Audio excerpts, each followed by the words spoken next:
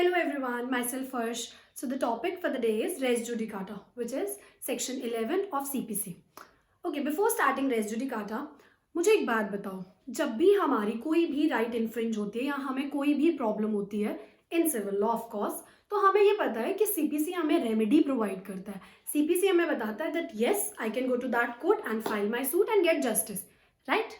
Okay, but क्या ये हमेशा हर सिचुएशन में अवेलेबल होना चाहिए हमें कि जब मन करा प्लेंटिफ का या जब भी मन करा द पार्टी जिसके साथ कुछ राइट इन्फ्रिंज हुआ है वो कोर्ट जाए एंड केस फाइल करे? Is it a general rule कि ऐसा ही हमेशा होना चाहिए? Yes it is. बट क्या इस पे कोई बार्स नहीं है कि आपका जब भी मन करे आप किसी सेकंड पर्सन को कोर्ट बुलाएं, उसको एम्बारस करें या उसका टाइम खराब करें, या फिर फॉर दैट मैटर उसको बिना मतलब से टॉर्चर किया जाए बार बार? टॉर्चर डजंट मीन मारा पीटा जाए, टॉर्चर मीन्स मेंटली इसे एग्जॉस्ट कर दिया जाए बार बार कोर्ट बुला के. क्योंकि अगर ये ऐसे ही यूनिवर्सल, ये जनरल रहा कि नहीं जब आपका मन है किसी के भी ऊपर केस फाइल करो, तो बहुत ज़्यादा क्योस हो जाएगा. हम दूसरे पर्सन का पर्सपेक्टिव सोच ही नहीं रहे. इसीलिए द जनरल रूल जो हमारे पास है कि कभी भी कोई प्रॉब्लम हो, go to court and ask for justice. उस पर कुछ बार्स हैं, कुछ रिस्ट्रिक्शंस हैं. उन्हीं में से एक रिस्ट्रिक्शन है हमारा रेस जुडिकाटा. एक रेस जुडिकाटा एक फ्रेश सूट पे बार है कि किन सिनारियोज में आप बार बार एक कॉज ऑफ एक्शन कोर्ट में नहीं ला सकते, आप बार बार एक ही पर्सन के खिलाफ केस नहीं कर सकते. उसी से रिलेटेड आज हम कुछ बेसिक से एस्पेक्ट्स देखेंगे हमारे इस वीडियो में, राइट? सिंपल सी बात है कि रेस जुडिकाटा बेस्ड किस पे है? नॉर्मल जनरल प्रिंसिपल पे बेस्ड है, विच इज योर हर लॉ में हर जगह ही आता है, justice, equity and good conscience. उसके अलावा वी हैव 3 लेटेंट मैगजीन्स जिसपे हमारा concept of res judicata based है. Number 1, nemo debet bis vexari pro una et eadem causa, which means no man should be vexed twice. एक ही आदमी को same matter पे या सेम डिस्प्यूट पे बार बार 2 बार 3 बार court में नहीं लाया जाएगा, बार बार उसको सेम कॉज ऑफ एक्शन पे जज नहीं किया जाएगा. This is your first principle. The second one, interest reipublicae ut sit finis litium. इसका मतलब है it is in the interest of state that there must be an end to litigation. बार बार आप ही आई जाओगे कोर्ट में सेम पर्सन को लेके, सेम डिस्प्यूट लेके, तो बाकी कहाँ जाए? उनके डिस्प्यूट्स कहाँ जाएंगे? उनको भी चांस चाहिए. वी वांट कि सबको जस्टिस मिले, सबकी टर्न आए, एक ही पर्सन कोर्ट को एंगेज ना रखे, and at the end of the day there must be an end to litigation. हमें एक पीसफुल सोसाइटी बनानी है, लिटिगेशन खत्म करना है, right? Third one, res judicata pro veritate ऑसिटिपर, which means this means that the judicial decision must be accepted correct. एक बार अगर आपको हमने कोई रेमेडी दे दी, कोई जुडिशियल डिसीजन दे दिया, आप उसको मान लो ना, एक्सेप्ट कर लो. उसके बाद ऑफकोर्स आपके पास अपील एंड ऑल अवेलेबल है, लेकिन वाई फ्रेश सूट? बार बार सेम पर्सन के लिए एक ही केस क्यों? Why there is repetition of filing cases? उन सब चीज़ों को प्रोटेक्ट करने के लिए, in order to protect all these 3 principle जिसपे हमारा रेस जुडिकाटा बेस्ड है, हमें सीपीसी में सेक्शन 11 दिया गया, which is very important for each and every ambit, be it judiciary, be it practice और be it any other way around. हर चीज़ में res judicata plays a very important role, right?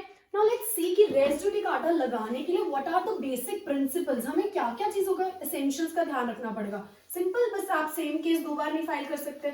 इतनी सी बात ध्यान में रखनी पड़ेगी. अगर इतनी सी बात थी तो फिर इतना लंबा चौड़ा सेक्शन या फिर इतना लेंथी एस्पेक्ट इस पर क्यों बनाया गया?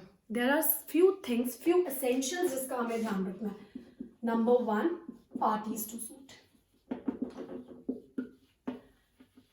इससे सबसे पहली बात रेस जुडिकाटा के लिए कि जो पार्टीज टू सूट हैं अगर वो सेम है तो रेस जुडिकाटा के चांसेस बनेंगे. सेम मीन्स मैं एंड मिस्टर एक्स, अगेन मैं फिर से मिस्टर एक्स के खिलाफ केस फाइल करूँ तो पार्टी शुड बी सेम. ऐसा नहीं है कि मैंने एक बार से, फॉर एग्जाम्पल मेरे घर पे किसी ने फॉर एग्जाम्पल मेरा किसी ने राइट टू वे ले लिया, राइट?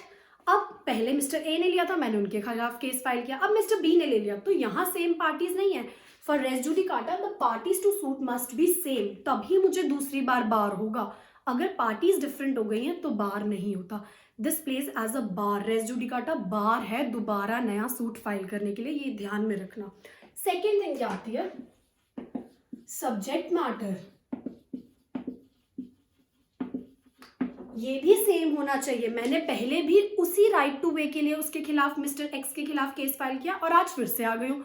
कोर्ट बोलेगा भाई साहब बता तो दिया कि नहीं है वो आपका राइट टू वे, बार बार सेम केस क्यों? So the subject matter in dispute has to be the same. अगर आज ये राइट टू वे था, कल उस घर का राइट टू वे, तो रेस जुडिकाटा नहीं आएगा, वो मेरा फ्रेश केस है, वो मेरा फ्रेश सब्जेक्ट मैटर है, right. The third one, same capacity. Same capacity का मतलब है, या सेम टाइटल लिखा हुआ है, इसका क्या मतलब है? मेरी सिमिलर लीगल कैपेसिटी। कैसे?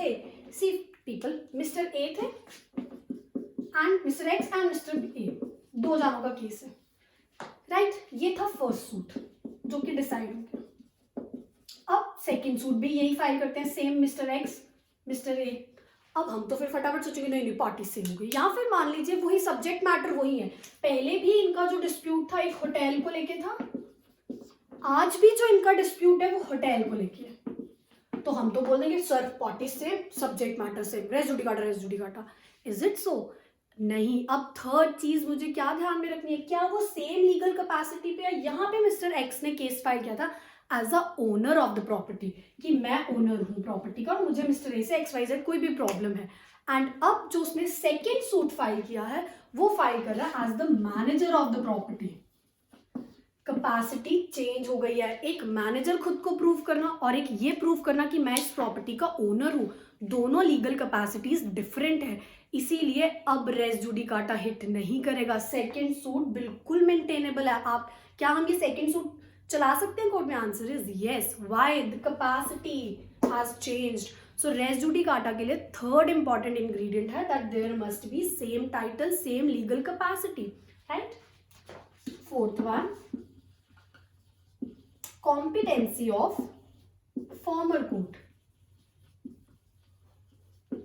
जिस कोर्ट ने डिसीजन दिया था वो कोर्ट ही ऑथराइज नहीं था, उस कोर्ट के पास जूरिसडिक्शन ही नहीं थी, उस कोर्ट के पास वो सब्जेक्ट मैटर लेने की पावर ही नहीं थी। लो बताओ, कोर्ट के पास तो पावर ही नहीं है, ऑथराइज नहीं था, वो कैसे डिसीजन दे सकता है? उस सिनेरियो में सेकंड सूट मेंटेनेबल है। तो हम क्या चेक करेंगे, क्या जो जिसने पहले, फॉर्मर मींस पहले वाला केस, क्योंकि हम सेकंड को बार कर रहे हैं, सो जिसने पहले वाला सूट किया था कोर्ट ने डिसाइड, क्या वो कॉम्पिटेंट कोर्ट था? If yes then of course आपका सेकंड सूट बार्ड होगा। And the fifth one is finally heard and decided. When I say finally heard and decided, what do I mean by it? Finally heard and decided means दोनों parties की बात अच्छे से सुनी गई, case merits पे था, पूरे एविडेंसेस लिए, दोनों को इक्वली अपॉर्चुनिटी मिली, नेचुरल जस्टिस वायलेट नहीं हुआ, फिर डिसीजन आया, तब हम बोलेंगे कि yes the case has been finally heard and decided. अगर ये पांचों चीजें हो रही हैं या इनमें से एक भी हो रही है तो रेस जुडिकाटा लग जाएगा। मान लीजिए ये सब नहीं हो रहा लेकिन पार्टीज सेम है, रेस जुडिकाटा लग जाएगा। पार्टीज डिफरेंट है, सब्जेक्ट मैटर नहीं है, या कुछ भी इनमें से अगर एक भी कॉन्सेप्ट मिस हो जाएगा तो रेस जुडिकाटा नहीं लगेगा। All these things have to be followed, सबका फॉलो होना जरूरी है, तभी रेस जुडिकाटा लगेगा। Say for example for this finally heard and decided के लिए आपने, मिस्टर एक्स ने मिस्टर ए के खिलाफ केस फाइल किया था, पहले वाला वही, ठीक है, उसमें पार्टीज भी सेम है, सब्जेक्ट मैटर भी सेम है, सेम कैपेसिटी है, कॉम्पिटेंसी भी थी। लेकिन अब प्रॉब्लम क्या आती है कि मिस्टर एक्स ने जब इनको कोर्ट में बुलाया था, मिस्टर ए उस टाइम पे आए ही नहीं थे, तो जो मिस्टर एक्स को डिसीजन मिला वो एक्स पार्टे मिला था, विच मीन्स कि जस्ट बिकॉज ऑफ हिज एब्सेंसी हमने उनको उनके फेवर में डिसीजन दे दिया, राइट। क्या ये मेरिट्स पे हुआ था? Answer is no, because it was not finally heard and decided. Mister A को तो सुना ही नहीं गया था उस मैटर पे, सिर्फ एक्स की बात सुनी and as a punishment mister A के खिलाफ जजमेंट दे दी। क्या अब रेस जुडिकाटा लगेगा? Answer is no. ये सब चीजें फॉलो होंगी तभी रेस जुडिकाटा लगेगा, अदरवाइज रेस जुडिकाटा ऑपरेट नहीं होगा। So this was a basic overview about res judicata. So if you guys have any doubt, please do let me know in the comment section. Okay, thank you. Have a great time.